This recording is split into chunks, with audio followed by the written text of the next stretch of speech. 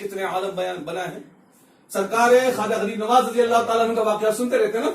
آپ کے پیر و مرشد سرکار خواجہ عثمان ہرونی رضی اللہ تعالیٰ عنہ، ہارونی نہیں ہرونی رضی اللہ تعالیٰ عنہ نے 2 انگلیوں کے بیچ میں سے کتنے دنیا دکھائے تھے؟ 18,000 دنیا دکھائے تھے نا. 18,000 عالم ایک ولی دکھا سکتا ہے. ولی کی بات کر رہا ہوں، کسی نبی یا صحابی یا تابعی تابعی کی بات نہیں کر رہا میں. سبحان اللہ. 2 انگلیوں کے بیچ میں سے 18,000 عالم مرید دیکھ رہا ہے تو پیر کی نظر کہاں پر ہوگی پھر؟ جب 18,000 عالم سرکار خواجہ خواجگان کو خواجہ عثمان ہارونی نے دکھایا. ایک بات ہمیشہ یاد رکھیے گا، استاذ اپنے شاگرد کو کبھی بھی پورا علم نہیں سکھاتا. کچھ تو کچھ ایسی چیزیں اپنے پاس رکھتا ہے. بیٹا کل تو جب نمک حرامی کرے گا نا تو اسی داؤ کے ذریعے تو میں گراؤں گا. پھر ہر استاد کا طریقہ ہوتا ہے. کوئی بھی کمپلیٹلی جتنا میں 100% شور ہوں، 100% میں نے سکھا ہے، سب کا سب تمہیں دیا اللہ ماشاء اللہ، وہ اولیاء اللہ ہوتے ہیں. لیکن عام طور سے استاد اپنے شش کو، اپنے اسٹوڈنٹ کو، اپنے شاگرد کو اپنا سکھا ہوا پورا علم نہیں دیتا. کچھ دے کے کچھ باقی رکھتا ہے. کیوں؟ ہو سکتا ہے کسی وقت میں تم نمک حرام بن جاؤ، میری مخالفت میں کھڑے ہو جاؤ. ہو سکتا ہے میرے ذریعے دیے ہوئے علم ہی کے ذریعے تم مجھ پر اعتراض کرو گے. ان تمام اعتراضات کا جواب کوئی دے نہ دے، لیکن میں تمہارا استاد ہوں، تمہارا باپ ہوں، تمہارے ہر اعتراض کا جواب میں اپنے پاس رکھتا ہوں. استاد کا عالم ہوتا ہے. مرید چاہے جتنی بھی ترقی کرے، پیر پیر ہی ہوتا ہے، مرید مرید ہی ہوتا ہے، بے شک. باپ باپ ہی ہوتا ہے، بیٹا بیٹا ہی ہوتا ہے. کبھی ایسا دیکھا کہ کبھی کسی دور میں باپ بیٹا بن گیا ہو، بیٹا باپ بن گیا ہو؟ دونوں کا لیول الگ. ہاں بیٹے کے بیٹے ہو تو وہ اپنے بیٹوں کا باپ ہو سکتا ہے، لیکن اپنے باپ کا باپ نہیں ہو سکتا، اپنے باپ کا بیٹا ہی ہوگا. ہاں کچھ مریدین ایسے ہوتے ہیں جن مریدوں پر فخر ان کے پیرانے روزام کیا کرتے ہیں. کچھ مریدین ایسے ہوتے ہیں. سرکار خواجہ خواجگان رضی اللہ تعالیٰ عنہ کو 18,000 دنیا حضرت خواجہ عثمان ہرونی نے دکھایا. تو جب دکھانے والے 18,000 دنیا دکھا رہے تو انہوں نے کتنی دیکھی ہوگی اپنے پیر و مرشد سے؟ پورے نہیں دکھائے، جتنی کی ضرورت تھی وہ تک دکھائے. اب یہ دنیا ہے ہماری، ایک دنیا یہ ہماری ہے. اب میں سائنس شروع کروں گا تو آپ لوگ بولیں گے کیا مولانا پکا رہا ہے یار. سائنس آپ لوگ پڑھتے ہیں، مجھ سے اچھا جانتے ہیں. گیلیکسی ہمارا دیکھتے ہیں، گیلیکسی کس کو بولتے ہیں، اس میں کتنے عالم ہیں، کتنے ذرات ہیں، چھوٹے چھوٹے عالم دکھتے ہیں، چھوٹی چھوٹی دنیا دکھتی ہے. 18,000 چھوڑو، صرف اس دنیا میں جتنی موجودات ہیں، صرف ہماری اس دھرتی پر، اس زمین پر جو مخلوقات ہیں، آپ ان کو نہیں گن سکتے. کبھی گن سکتے ہیں کیا؟ آپ نہیں گن سکتے. امپاسبل، نہیں گن سکتے. یہ محالات میں سے ہے کہ کوئی بندہ موجود وقت میں صرف دھرتی ہی پر موجود مخلوقات کو گن لے. جب ایک صرف زمین کی مخلوقات نہیں گر رہے ہیں تو 18,000 دنیاوں میں کتنی مخلوقات اللہ نے پیدا فرمائی ہوگی. دنیا پیدا فرمانے والا بھی رب ہے اور ان عالموں میں دین بھیجنے والا بھی رب ہی ہے. تو خالق عالم، خالق کل جہاں اللہ کی ذات، اور وہی رب نبی بنا کر اپنے مخصوص بندوں کو لوگوں کے درمیان بھیجتا ہے. پتا چلا دین ہو یا دنیا سب اللہ کا. واقعی میں تمہید کیوں مان رہا ہوں، آگے سمجھ میں آئے گی آپ کو بات. دین ہو یا دنیا کس کا؟ اللہ کا. اللہ نے کہا فرمایا یطیع الرسول فقد اطاع اللہ. جس نے میرے رسول کی بات مانی، چاہے وہ دنیا کی بات ہو چاہے دین کی بات ہو، وہ ایسے جیسے کہ اس نے میری بات مان لی ہے. اب مجھے بتاؤ نا یار، اللہ کی بات ماننے والا کبھی ناکام ہو سکتا ہے؟ اللہ رب العزت کا فرمان 100% اگر کچھ پر کوئی عمل کر لے تو کیا وہ اپنی زندگی میں ناکام ہو سکتا ہے؟ اگر ناکام ہو جائے، بالفرض مان لیجیے آپ، اگر اللہ کی بات ماننے والا شخص اگر ناکام ہوتا ہے، بفرض محال کہہ رہا ہوں میں، ہوتا تو نہیں، بفرض محال مان لیجیے کہ محالات میں سے تو ہے، مان لیجیے اگر اللہ کی بات ماننے والا ناکام ہوتا تو اس ساری خلقت میں سب سے بڑی ناکام شخصیت کا نام مصطفیٰ کریم ہوا کرتی. حالانکہ مصطفیٰ کریم صلی اللہ علیہ وسلم کبھی ناکام نہیں تھے، حتیٰ کہ وہ تو حضور کی ذات ہے نا صاحب، تو حضور کی ذات ہے، وہ نبی الانبیاء ہے، رسول الرسل ہے، وہ تو بہت بلند والا ذات ہے. حضور کریم صلی اللہ علیہ وسلم کی سنتوں پر عمل کرنے والا شخص اپنی زندگی میں کامیاب ہوا کرتا ہے. مصطفیٰ کریم صلی اللہ علیہ وسلم کے بتائے ہوئے طریقے پر عمل کرنا شروع تو کریں نا لوگ، اور اس کے بعد ثمرہ بھی ملتا ہے اس کا بارگاہ رسالت سے۔ کیسے ملتا ہے؟ جو بھی مصطفیٰ کریم صلی اللہ علیہ وسلم کی اطاعت کو اپنا اوڑھنا بچھونا بنا لیتا ہے نا، اللہ رب العزت کا ارشاد فرماتا ہے ان الذين امنوا وعملوا الصالحات اولئك هم خير البريه جزاؤهم عند ربهم جنات عدن تجري من تحتها الانهار خالدين فيها ابدا رضي الله عنهم ورضوا عنه۔ یہ دو آیتیں میں نے کیوں پڑھی؟ اللہ رب العزت نے پوری آیت کا محضر بیان کر رہا ہوں، جو لوگ سچے دل سے ایمان لاتے ہیں اور نیک کام کرتے ہیں، بلفظ دیگر ایمان بھی لائے، اللہ نے جو فرمایا اس پر عمل بھی کیا، تو اللہ رب العزت ارشاد فرماتا ہے کہ میں ان سے راضی ہوں، وہ مجھ سے راضی ہو گئے ہیں، اور جن سے رب راضی ہو جائے ایسوں کے تعلق سے اللہ نے ارشاد فرمایا تھا لا يزال عبدي يتقرب اليك بالنوافل حتى احبه فاذا احببته كنت سمعه الذي يسمع به وبصره الذي يبصر به ويده التي يبطش بها ورجله التي يمشي بها۔ بس تم میرا بن کے تو دیکھنا، اس کے بعد ہوتا کیا ہے؟ یہاں زبان غوث پاک چلتی ہے، ہوا میں اڑنے والی چیل کے دو ٹکڑے ہو جاتے ہیں۔ یہاں زبان فیض ترجمان سے سرکار غوث پاک فرماتے ہیں یا اللہ میں تیرے بندوں کو جمع کر رہا ہوں، تو بارش نازل کر کے لوگوں کو بھی کہہ رہا ہے۔ یہاں زبان سے نکلنے کی دیر ہوتی ہے، اہل مجلس کے پاس سے بارش ہٹا دی جاتی ہے، پورا محلہ آب آب ہو گیا ہے، لیکن مجلس پوری سکی سکی پڑی ہے۔ سبحان اللہ۔ نکلنے کی دیر ہوتی ہے۔ ایک بزرگ کے پاس ایک صاحب پہنچے، پہلے قلعہ ہوتا تھا نا، قلعہ ہمارا بیجاپور میں آس پاس کے سفیلے ہیں، بیجاپور کے بھی 3 حصارے ہیں، سن البلد ہے۔ صاحب دیکھے، پہنچے، دروازہ تھا جیسے ہمارا شاہپور دروازہ، ایسے قلعے کے گیٹس ہوتے تھے، مین گیٹ، ایک ٹائم ہوتا ہے اس نے ٹائم کے اندر آپ کو اندر آ جانا ہے، اس کے بعد آئیں گے تو آپ کو ساری رات باہر گزارنی پڑے گی۔ تو اتفاق سے جانے والا تاجر تجارت کی غرض سے دوسری جگہ گیا تھا، آنے تک وہ وقت ہو گیا، دروازہ بند ہو گیا۔ قلعے کے باہر جو ہے ایک چھوٹی سی جھوپڑی تھی، جھوپڑی میں دیکھا ایک چھوٹا سا دیا جل رہا ہے، جا کے جھوپڑی کے پاس پہنچے، اور جھوپڑی کا تو دروازہ تو ہوتا ہے، جیسے پردہ ہوتا ہے، باہر سے صدا لگائی السلام علیکم ورحمۃ اللہ وبرکاتہ، اندر سے جواب ہے وعلیکم السلام ورحمۃ اللہ وبرکاتہ، پردہ ہٹا، دیکھے ایک جب خستہ حال بزرگ ہیں، انہوں نے کہا کہ آئیے، مہمانوں کی آمد پر خوشیاں منانا یہ بزرگان دین کا طریقہ ہے، مہمان ہے آئیے۔ اب جھوپڑی میں اتنی جگہ تو تھی نہیں، جیسے تیسے کر کے جیسے اب یہاں ہے نا، سب ماشاءاللہ گھل مل کے بیٹھے ہیں، جگہ کی قلت ہے، الحمدللہ بانی اجلاس اور ہم تمام شرکاء کا دل الحمدللہ کافی بڑا ہے، اللہ کا شکر الحمدللہ۔ چھوٹی جھوپڑی میں وہ اشخاص آئے، خیر خیریت کیسے آنا ہوا، کیا ہوا، سب واقعہ بتایا انہوں نے کہ صاحب ایسا ایسا تھا، میں تجارت کی غرض سے بزنس کے لیے باہر گیا ہوا تھا، آیا تو قلعے کا دروازہ بند ہو گیا، اب رات بھر مجھے باہر ہی کھڑا ہوں، باہر ہی رہنا پڑا، سوچا کسی کی جھوپڑی ہے تو رات آپ کی جھوپڑی میں گزار لیتا ہوں، صبح پھر انشاءاللہ چلا جاؤں گا۔ ٹھیک ہے بھائی، دیکھ لیجیے اگر کہیں جگہ ملتی ہے آپ تو آپ رات گزار سکتے ہیں۔ اب رات گزرے گی کیسے جب کچھ ہو پیٹ میں، کبھی نا پیٹ میں کچھ نہیں ہے تو رات اسے الٹ پلٹ مارنا پڑتا ہے، کھانے نہ ملے رات میں۔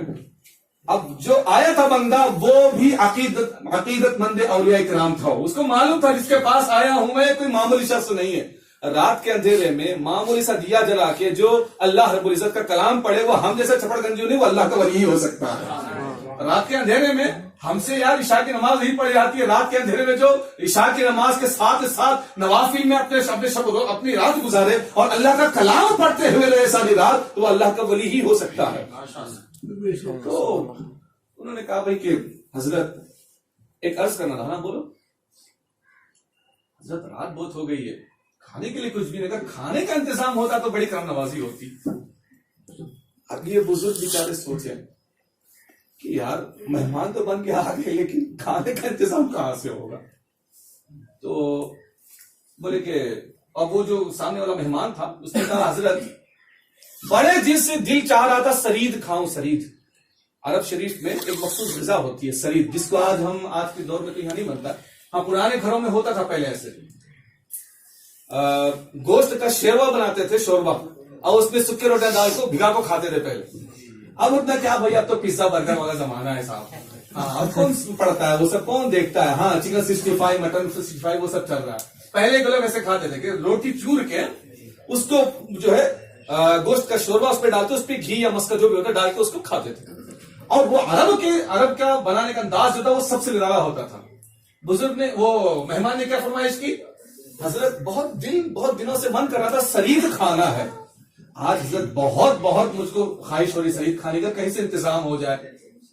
یہ بزرگ مصلی پہ بیٹھے ہوئے تھے، آسمان کی طرف دیکھ کے بولے یا اللہ کیسے لوگوں کو بھیجا ہے، کھانے کو کچھ بھی نہیں ہے سرید مانگ رہے ہیں، کھانے کو کچھ بھی نہیں ہے اور سرید مانگ رہے ہیں.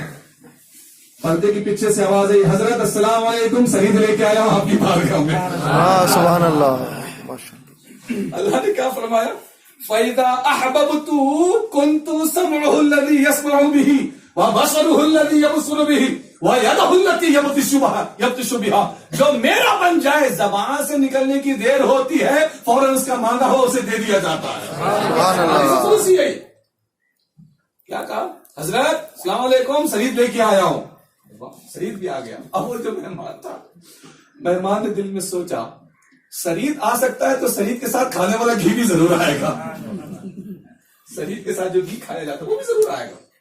سرید لا کے رکھ، گرم ماشاء اللہ اونٹ کے گوشت کا سرید بنا ہوا لا کے رکھا گیا.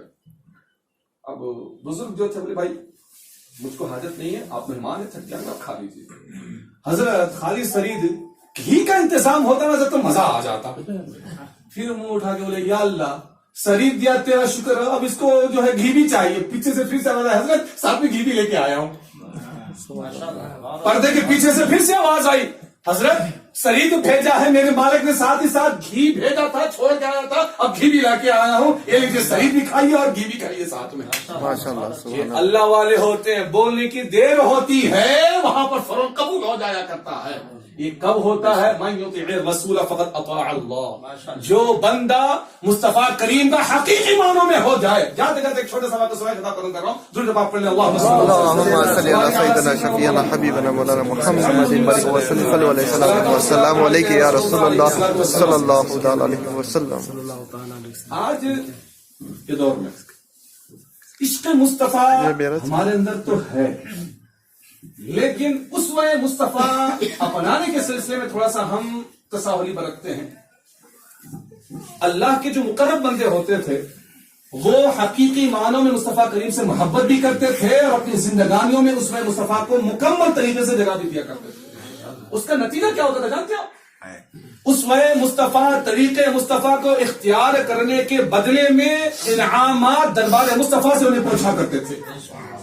بس بولنے کی دیر ہوتی تھی، وہاں سے نبی کریم صلی اللہ علیہ وسلم خود ان کے گھر تشریف لایا کرتے تھے. حضرت میں شاید اپنے کسی خطاب میں عرض کیا ہوں گا، جو جمعہ میں آتے میرے پاس اس سے انہوں نے سنا ہوگا، پھر آپ کے سامنے عرض کے دیتا ہوں. حضرت علامہ یوسف بن اسماعیل النبہانی رضی اللہ تعالیٰ عنہ سرکار اعلی حضرت کے ہم زمانہ ہیں. یہ سرکار اعلی حضرت رضی اللہ تعالیٰ عنہ سے بڑے تھے، لیکن وصال سرکار اعلی حضرت کے بعد ہوا آپ کا. حضرت سرکار اعلی حضرت رضی اللہ تعالیٰ عنہ نے مکہ شریف میں الدولۃ المکیہ کتاب لکھی تھی، یاد ہے نا آپ کو، علم غیب مصطفیٰ پر. اس پر تقریر لکھنے والوں میں ایک یہ بھی عالم دین حضرت علامہ یوسف بن اسماعیل النبہانی رضی اللہ تعالیٰ عنہ بھی ہیں. بڑے پائے کے بزرگ گزرے ہیں. جس طرح سرکار اعلی حضرت رضی اللہ تعالیٰ عنہ کو یہ ایشیا کا مجدد مانا جاتا ہے، ایسے سرکار علامہ یوسف بن اسماعیل النبہانی رضی اللہ تعالیٰ عنہ کو عرب کا مجدد مانا جاتا ہے. عرب کا مجدد، بڑے پائے کی بزرگ اور بڑے ہی مقتدر عالم دین. سرکار اعلی حضرت کا وصال 1340 ہجری میں ہوا، آپ کا وصال 1350 ہجری میں. سرکار اعلی حضرت کی وصال کے 10 سال بعد آپ نے وصال فرمایا. وصال سے پہلے آپ نے کتاب لکھی جواہر البحار فی فضائل النبی المختار صلی اللہ علیہ وسلم. کتاب لکھی ہے آپ نے، ہمارے بھارت میں بھی چھپتی ہے پور بندر سے، علامہ عبدالستار حمدانی صاحب کے مکتبہ سے چھپتی ہے. پرانی جو کتاب تھی جو بیروت سے چھپتی ہے وہ 4 جلدوں میں صرف حضور کی تعریف کی آپ نے قریب 100 کے قریب اپنی کتاب لکھی ہے.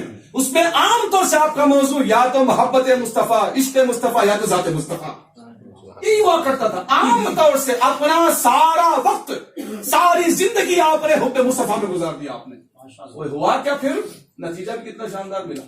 جواہر البحار آپ نے کتاب لکھی، آپ کی آخری کتاب ہے یہ. اس کے بعد پھر آپ نے کوئی کتابیں لکھی. جواہر البحار یہ نبی کریم صلی اللہ علیہ وسلم کی بارگاہ میں 22 کتابیں مقبول ہیں. کتنی؟ 22 کتابیں مقبول ہیں.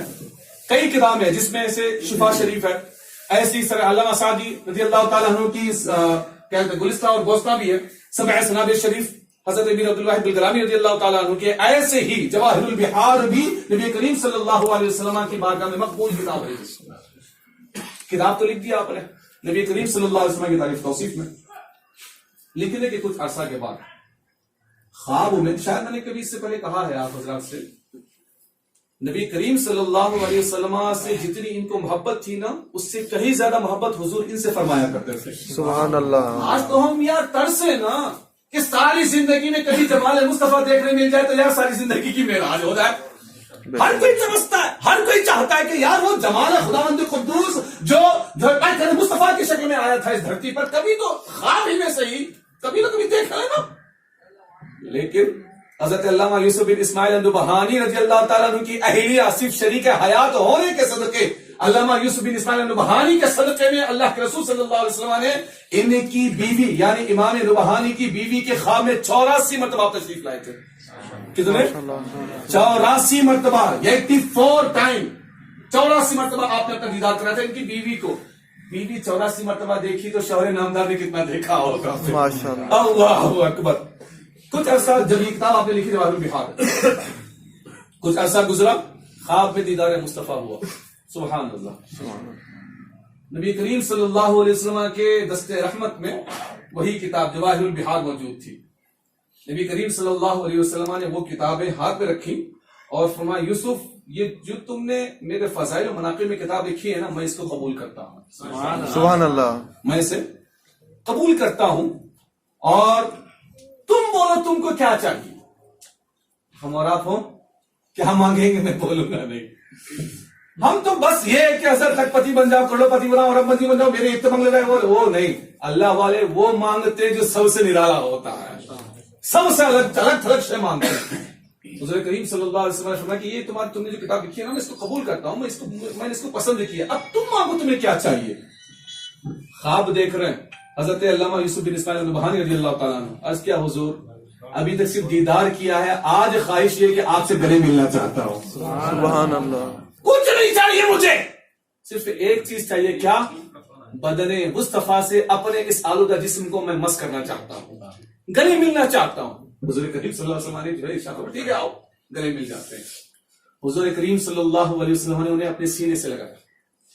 معانقہ جسے کہتے ہیں، گلے ملنا، سینے سے لگایا.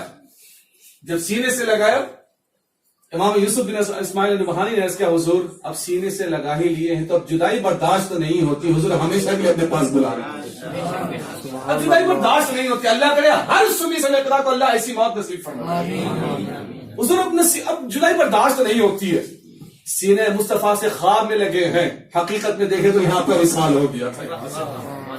جان دی بھی تو اس انداز میں ساری زندگی حب مصطفیٰ میں گزار دی، لیکن نتیجتاً حضور کریم صلی اللہ علیہ وسلم سے گلے لگے، وہاں خواب میں گلے لگے، وہاں آنکھیں بند بھی، یہاں حقیقت میں آپ کا وصال ہو گیا. یہ وجہ نا میں یطیع الرسول فقد اطاع اللہ، جو میرے محبوب کا ہو جائے وہ میرا ہو جاتا ہے، جس کو میرا محبوب پسند کر لے وہ میرا بھی پسندیدہ ہو جاتا ہے. مولا کریم صلی اللہ علیہ پروردگار کہنے سننے میں ہونے والے ہر قسم کی شرعی غلطی کو خالص اپنے فضل و کرم سے معاف فرمائے. ہم تمام کو حقیقی معنوں میں غلام مصطفیٰ اور غلام اولیاء بنے رہنے کی توفیق عطا فرمائے. اس میں مصطفیٰ کے مطابق اپنی زندگی گزارنے کی توفیق عطا فرمائے. آمین آمین یا رب العالمین. استغفر اللہ الذی لا الہ الا هو الحی القیوم واتوب الیہ. اشهد ان لا الہ الا اللہ واشهد ان محمدا عبده ورسوله.